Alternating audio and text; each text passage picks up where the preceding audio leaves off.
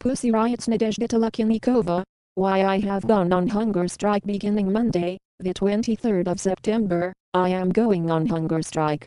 This is an extreme method, but I am convinced that it is my only way out of my current situation. The penal colony administration refuses to hear me. But I, in turn, refuse to back down from my demands. I will not remain silent, resigned to watch as my fellow prisoners collapse under the strain of slavery-like conditions. I demand that the colony administration respect human rights. I demand that the Mordovia camp function in accordance with the law. I demand that we be treated like human beings, not slaves. It has been a year since I arrived at Penal Colony No. 14 in the Mordovian village of Parts. As the prisoner saying goes, those who never did time in Mordovia never did time at all. I started hearing about Mordovian prison colonies while I was still being held at pretrial detention center No. 6 in Moscow. They have the highest levels of security, the longest workdays, and the most flagrant rights violation. When they send you off to Mordovia, it is as though you're headed to the scaffold. Until the very last moment, they keep hoping. Perhaps they won't send you to Mordovia after all. Maybe it will blow over. Nothing blew over, and in the autumn of 2012, I arrived at the camp on the banks of the Parts River. Mordovia greeted me with the words of the deputy chief of the penal colony, Lieutenant Colonel Kuprianov, who is the de facto head administrator of our colony. You should know that when it comes to politics, I am a Stalinist. Colonel Kulagin, the other head administrator the colonies run in tandem, called me in for a conversation on my first day here with the objective to force me to confess my guilt. A misfortune has befallen you. Isn't that so? You've been sentenced to 2 years in the colony. People usually change their minds when bad things happen to them. If you want to be paroled as soon as possible, you have to confess your guilt. If you don't, you won't get parole. I told him right away that I would only work the 8 hours a day required by the labor code. The code is one thing, what really matters is fulfilling your quota. If you don't, you work overtime. You should know that we have broken stronger wills than yours, was Kulagin's response. My brigade in the sewing shop works 16 to 17 hours a day, from 7:30 am to 12:30 am. At best, we get 4 hours of sleep a night. We have a day off once every month and a half. We work almost every Sunday. Prisoners submit petitions to work on weekends out of their own desire. In actuality, there is, of course, no desire to speak of. These petitions are written on the orders of the administration and under pressure from the prisoners that help enforce it. No one dares to disobey these orders and not submit such petitions regarding entering the work zone on Sunday, which means working until 1 am. Once, a 50-year-old woman asked to go back to the residential zone at 8 p.m. instead of 12:30 am so she could go to bed at 10 p.m. and get 8 hours of sleep just once a week. She was feeling ill. She had high blood pressure. In response, they held a unit meeting in order to take the woman down, insult and humiliate her, branding her a parasite. What, do you think you're the only one who wants more sleep? You need to work harder, you cow. When someone from the brigade doesn't come to work on doctor's orders, they're bullied as well. I worked when I had a fever of 40°C and it was fine. What are you thinking WHO is going to pick up the slack for you? My residential unit in the camp greeted me with the words of a fellow prisoner finishing off her 9-year term. The pigs are scared to touch you themselves. They want to do it with the hands of the inmates. In the colony, the inmates in charge of the brigades as well as their senior members are the ones tasked with depriving fellow inmates' rights, terrorizing them, and turning them into speechless slaves, all on the orders of the administration. For the maintenance of discipline and obedience, there is a widely implemented system of unofficial punishments. Prisoners are forced to stay in the Lokalka, a fenced-off passageway between 2 areas in the camp until lights out. The prisoner is forbidden to go into the barracks whether it be autumn or winter. In the 2nd Brigade, consisting of the disabled and elderly, there was a woman who ended up getting such bad frostbite after a day in the Lokalka they had to amputate her fingers and one of her feet. Lose hygiene privileges. The prisoner is forbidden to wash themselves or use the bathroom. Lose commissary and tea room privileges. The prisoner is forbidden to eat their own food, or drink beverages. It's both funny and frightening when a 40-year-old woman tells you, "Looks like we're being punished today. I wonder whether we're going to be punished tomorrow, too." She can't leave the sewing workshop to pee or get a piece of candy from her purse. It's forbidden. Thinking only of sleep and a sip of tea, the harassed and dirty prisoner becomes obedient putty in the hands of the administration, which sees us solely as free slave labor. Thus, in June 2013, my salary was $29.29 rubles 57p for the month. Our brigade sews 150 police uniforms per day. Where does the money they get for them go? The camp has been allocated funding to buy completely new equipment a number of times. However, the administration has limited itself to repainting the sewing machines with the hands of its laborers. We sew using physically and morally exhausted machinery. According to the labor code, when equipment does not correspond with current industry standards, quotas must be lowered in relation to typical trade conventions. But the quotas only rise, suddenly and miraculously at that. If you let them see that you can deliver 100 uniforms, they'll raise the minimum to 120. Say veteran machine runners. And you can't fail to deliver either, or else your whole unit will be punished, the entire brigade.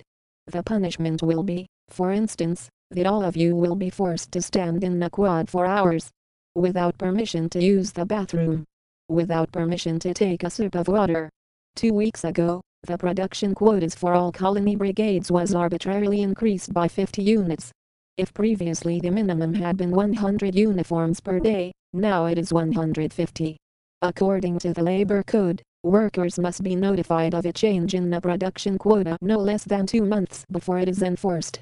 At PC-14, we just woke up one day to find we had a new quota because the idea happened to have popped into the heads of the administrators of our sweatshop. That's what the prisoners call the colony. The number of people in the brigade decreases. They are released or transferred, but the quota grows. As a result, those left behind have to work harder and harder. The mechanics say that they don't have the parts necessary to repair the machinery and that they will not be getting them. There are no parts. When will they come? Are you kidding? This is Russia. Why even ask that question? During my first few months in the work zone, I practically became a mechanic. I taught myself out of necessity. I threw myself at my machine, screwdriver in hand, desperate to fix it. Your hands are pierced with needle marks and covered in scratches, your blood is all over the work table, but still, you keep sewing. You are a part of the assembly line, and you have to complete your task as well as the experienced sewers. Meanwhile, the damn machine keeps breaking down. Because you're new and there's a deficit, you end up with the worst equipment, the weakest motor on the line. And now it's broken down again, and once again, you run to find the mechanic, who is impossible to find. They yell at you, they berate you for slowing down production. There are no sewing classes at the colony, either. Newbies are unceremoniously sat down in front of their machines and given their assignments. If you were in Tolokonnikova, you would have had the shit kicked out of you a long time ago, say fellow prisoners with close ties to the administration. It's true, others are beaten up for not being able to keep up. They hit them in the kidneys, in the face. Prisoners themselves deliver these beatings and not a single one of them is done without the approval and full knowledge of the administration. A year ago, before I came here, a gypsy woman in the 3rd unit was beaten to death. The 3rd is the pressure unit where they put prisoners that need to undergo daily beatings. She died in the medical unit of PC-14. The administration was able to cover it up. The official cause of death was a stroke. In another unit, new seamstresses who couldn't keep up were undressed and forced to sew naked. No one dares complain to the administration because all they will do is smile and send the prisoner back into the unit, where the snitch will be beaten on the orders of that same administration. For the colony administration, controlled hazing is a convenient method for forcing prisoners into total submission to their systemic abuse of human rights. A threatening, anxious atmosphere pervades the work zone. Eternally sleep-deprived, overwhelmed by the endless race to fulfill inhumanly large quotas, prisoners are always on the verge of breaking down, screaming at each other, fighting over the smallest things. Just recently, a young woman got stabbed in the head with a pair of scissors because she didn't turn in a pair of pants on time. Another tried to cut her own stomach open with a hacksaw. They stopped her. Those who found themselves in PC-14 in 2010, the year of smoke and fire, said that while the wildfires were approaching the colony walls, prisoners continued to go to the work zone and fulfill their quotas. Due to the smoke, you couldn't see 2 meters in front of you, but, covering their faces in wet handkerchiefs, they all went to work nonetheless. Because of the emergency conditions, prisoners weren't taken to the cafeteria for meals. Several women told me that they were so horribly hungry they started writing diaries in order to document the horror of what was happening to them. When the fires were finally put out, camp security thoroughly rooted these diaries out so that none of them would make it to the outside. The hygienic and residential conditions of the camp are calculated to make the prisoner feel like a filthy animal without any rights. Although there are hygiene rooms in the dormitories, there is also a general hygiene room with a corrective and punitive purpose. This room has a capacity of 5, however, all 800 colony prisoners are sent there to wash themselves. We do not have to wash ourselves in the hygiene rooms in our barracks, that would be too easy. In the general hygiene room, in the eternal press, women with little tubs attempt to wash their nursemaids, as they call them in Mordovia, as fast as they can, heaped onto one another. We are allowed to wash our hair once a week. However, even this bathing day gets cancelled. A pump will break or the plumbing will be stopped up. At times, my unit was unable to bathe for 2 to 3 weeks. When the plumbing breaks down, urine splashes and clumps of feces fly out of the hygiene rooms. We've learned to unclog the pipes ourselves, but our successes are short-lived. They soon get stopped up again. The colony does not have a snake for cleaning out the pipes. We get to do laundry once a week. The laundry is a small room with 3 faucets pouring weak streams of cold water. It must also be a corrective measure to only give prisoners stale bread, heavily watered down milk, exclusively rusted millet and rotten potatoes. This summer, they brought in sacks of slimy, black potatoes in bulk. Then they fed them to us. The living and working condition violations at PC-14 are endless. However, my main and most important grievance is bigger than any one of these. It is that the colony administration prevents any complaints or claims regarding conditions at PC-14 from leaving colony walls by the harshest means available. The administration forces people to remain silent. It does not scorn stooping to the very lowest and cruelest means to this end. All of the other problems come from this one: the increased quotas, the 16-hour workday, and so on. The administration feels untouchable. It heedlessly oppresses prisoners with growing severity. I couldn't understand why everyone kept silent until I found myself faced with the avalanche of obstacles that falls on the prisoner who decides to speak out. Complaints simply do not leave the prison. The only chance is to complain through a lawyer or relatives. The administration, petty and vengeful, will meanwhile use all of its mechanisms for putting pressure on the prisoner, so she will see that her complaints will not help anyone, but only make things worse. They use collective punishment. You complain there's no hot water, and they turn it off entirely. In May 2013, my lawyer Dmitry Dinsey filed a complaint about the conditions at PC-14 with the prosecutor's office. The deputy head of the colony, Lieutenant Colonel Kuprianov, instantly made conditions at the camp unbearable. There was search after search, a flood of reports on all of my acquaintances, the seizure of warm clothes, and threats of seizure of warm footwear. At work, they get revenge with complicated sewing assignments, increased quotas, and fabricated malfunctions. The leaders of the unit next to mine, Lieutenant Colonel Kuprianov's right hands, openly requested that prisoners interfere with my work output so that I could be sent to the punishment cell for damaging government property. They also ordered prisoners to provoke a fight with me. It is possible to tolerate anything as long as it only affects you. But the method of collective punishment is bigger than that. It means that your unit, or even the entire colony, is required to endure your punishment along with you. This includes, worst of all, people you've come to care about. One of my friends was denied parole, for which she had been awaiting 7 years, working hard to exceed her work quotas. She was reprimanded for drinking tea with me. That day, Lieutenant Colonel Kuprianov transferred her to another unit. Another close acquaintance of mine, a very well-educated woman, was thrown into the stress unit for daily beatings because she was reading and discussing a Justice Department document with me entitled, Regulations for the Code of Conduct at Correctional Facilities. They filed reports on everyone who talked to me. It hurt me that people I cared about were forced to suffer. Grinning, Lieutenant Colonel Kaprianov told me then, "You probably don't have any friends left." He explained that everything was happening because of Dinz's complaint.